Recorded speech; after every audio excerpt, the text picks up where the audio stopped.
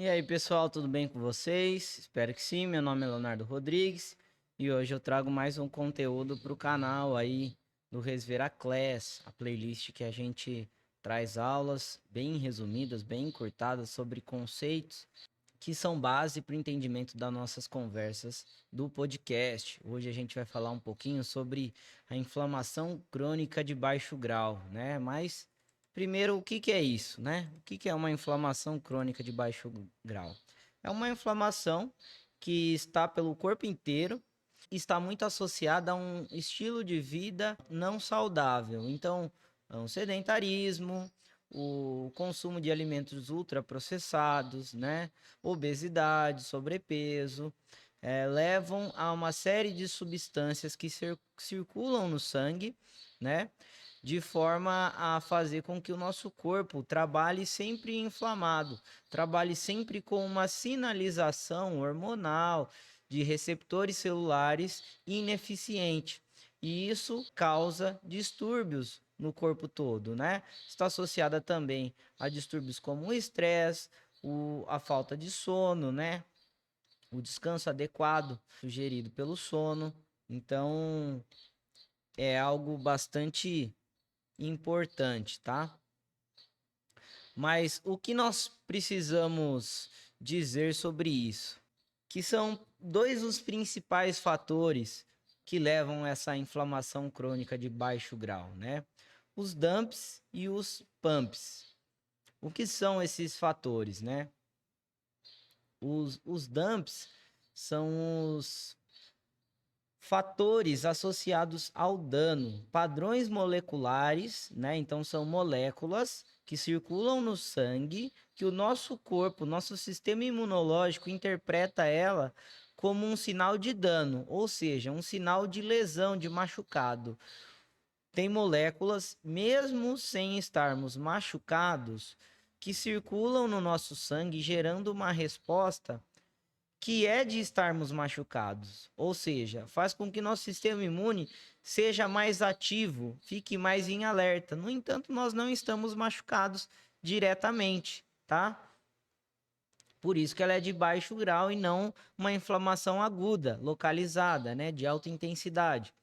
Ela é de baixo grau porque ela circula no corpo inteiro de uma maneira mais silenciosa, tá? E ela não é localizada.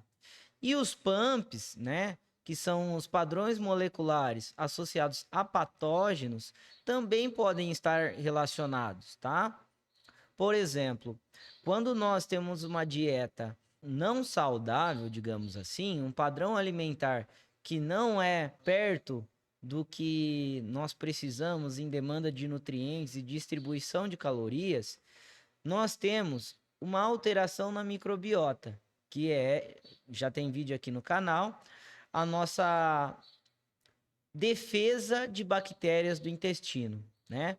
E quando tem essas alterações alimentares, de sono, de estresse e assim por diante, esse padrão da microbiota, essa distribuição dessas bactérias intestinais muda. Muda para um perfil de bactéria mais agressivo do que defensivo, né, para o nosso organismo. E esse padrão mais agressivo de bactérias libera uma série de substâncias, entre elas a principal, o, o LPS, né, as bactérias gram-negativas, que é um tipo de bactéria mais relacionada à doença do que as gram-positivas, fazendo com que esse LPS seja absorvido pelo nosso intestino, ganhe a corrente sanguínea, né? E sinalize a inflamação na corrente sanguínea pelo corpo todo, né? Então, são os dois fatores, tanto os pumps, né? Padrões moleculares associados a patógenos, por ter uma relação direta com a mudança da microbiota intestinal, e mais ainda os dumps, padrões moleculares associados ao dano, tá? Essas siglas são em inglês, mas aqui eu já faço a tradução na hora para vocês. Padrões associados ao dano são principalmente as interleucinas, o fator de necrose tumoral alfa, né, o TNF-alfa, e o interferon gama, tá? Que são moléculas que viajam pelo sangue, estimulando, atraindo a resposta imunológica. vamos explicar um pouquinho mais sobre as doenças associadas a essa inflamação. Essa inflamação por si não é uma doença, mas ela tem a capacidade de agravar quadros clínicos, né? Ela pode estar muito relacionada a uma diminuição da saúde do nosso fígado, do nosso pâncreas, dos rins, né, do coração, por tornar mais ineficiente os hormônios nesses órgãos, né?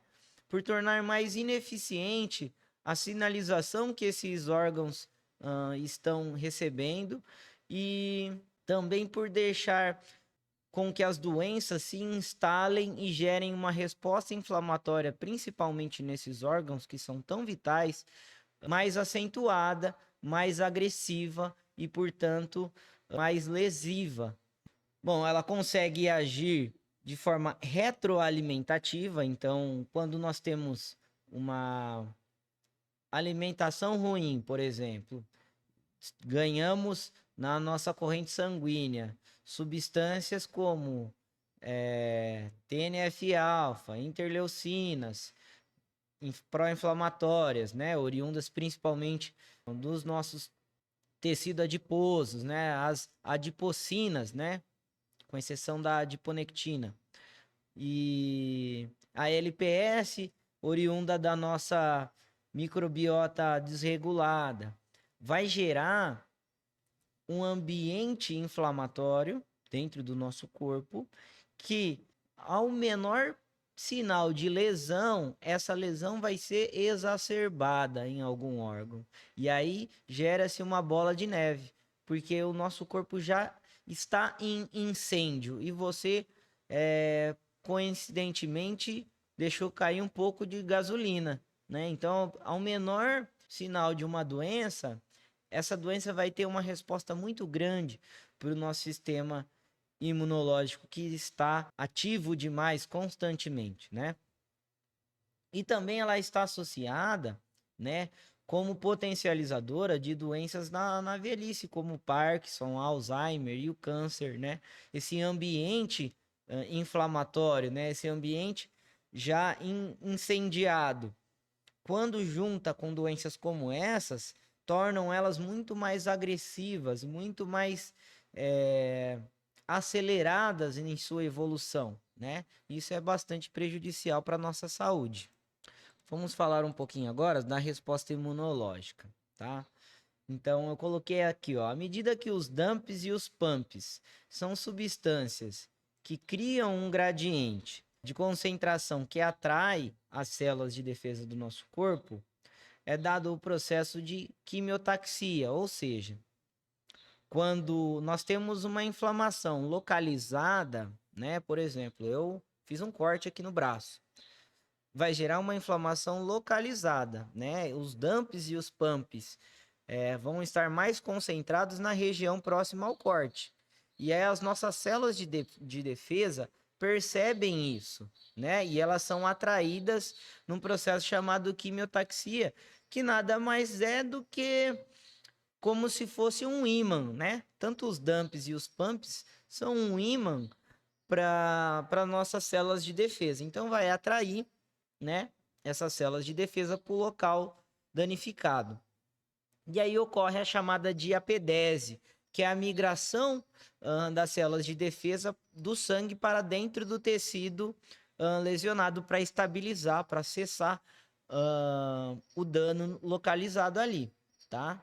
É o primeiro passo para que haja a recuperação do tecido. Então, estabilizar o dano para que depois inicie o processo de cicatrização. Então, galera, é assim que funciona a resposta imunológica. Só que nós, falando de inflamação crônica de baixo grau, não temos a, o local para ser feita essa diapedese, né? Para quimiotaxia atrair todas as células de defesa e que essas células de defesa migrem do sangue para o tecido danificado, né? Mas o que acontece? Isso acaba acontecendo bastante no nosso tecido adiposo. E no tecido adiposo, né, quando as células imunológicas entram nesse tecido, elas geram mais resposta inflamatória ainda, tá? E aí tem a questão lá dos macrófagos, M1 e M2, é um tanto complexo, mas se você quiser saber um pouco mais, comenta no vídeo aí que eu posso falar um pouquinho sobre essa questão imunológica especificamente, tá? E por ser de baixo grau, as quantidades que circulam são baixas, mas são suficientes para causar um estresse no nosso, um comprometimento no nosso sistema imune, tá? E por fim, né, o que nós podemos fazer, né? Manter um estado nutricional saudável, né? Então manter o peso nem acima nem abaixo do recomendado e controlar esses dumps, né? Controlar na nossa dieta essa ingestão de produtos que possam ser lesivos, tóxicos, né, pró-inflamatórios, que vão trazer esses malefícios, né, para nossa saúde. Bom, outra questão também, né, que é preocupação, a pressão arterial, né? Pressão arterial, resistência à insulina, tudo isso eleva, né, o dano epitelial, ou seja, dentro do vaso sanguíneo, na túnica do vaso, né, na parte interna, a todo momento, quando o sangue passa, ele causa uma microlesão. E isso é natural. Só que em uma pessoa que tem essa inflamação crônica de baixo grau, é retroalimentativo também. E mais importante, né? Essa sinalização da lesão do vaso. E aí vai levar o quê? Ao processo de formação de placas de ateroma, por exemplo, em pessoas que têm colesterol elevado, né? E outros problemas circulatórios, tá bom? Que são decorrentes da evolução desse quadro, tá? E por fim, o que a gente pode fazer falando em nutrição, né? Para melhorar a inflamação crônica de baixo grau, né? Consumir alimentos ricos em ômega 3, por exemplo, a sardinha, o atum, né, a anchova. Por quê? Quando nas nossas células ele produz mais metabólitos anti-inflamatórios. E esses metabólitos anti-inflamatórios ajudam nessa regulação da sinalização dos dumps, tá? Neutraliza um pouco, né, essa sinalização, essa inflamação crônica de baixo grau. A curcumina, né? Aquele pó, aquele extrato da cúrcuma longa também tem essa função. Os glicosinolatos, né, como já foi dito aqui, né, principalmente os organosulfurados. Então, o brócolis, a couve, o agrião, a selga, eles são metabolizados, esses glicosinolatos, pela miosinase, né, e transformam-se em um tipo de isotilcianato que tem ação anti-inflamatória importante, tá? A quercetina, também conhecida anti-inflamatória, antioxidante, presente na cebola, né? A alicina do alho, o licopeno do tomate e o resveratrol do vinho são todas substâncias aí fitoquímicos presentes nos alimentos que podem ajudar-nos na diminuição dessa inflamação crônica de baixo grau. Bom, galera, se você gostou desse tipo de conteúdo, deixa o seu like no vídeo, compartilha com quem você acha que se interessa por esse tipo de vídeo, né? Comenta aqui para eu saber o que mais você quer saber com relação à alimentação, treinamento, descanso, fisiologia, questão imunológica. Comenta aí, me dá um guia para eu ir te ajudando também, te orientando, trazendo mais informações sobre saúde e bem-estar. Tá bom, galera? Do mais é isso. E desde já eu agradeço e tchau.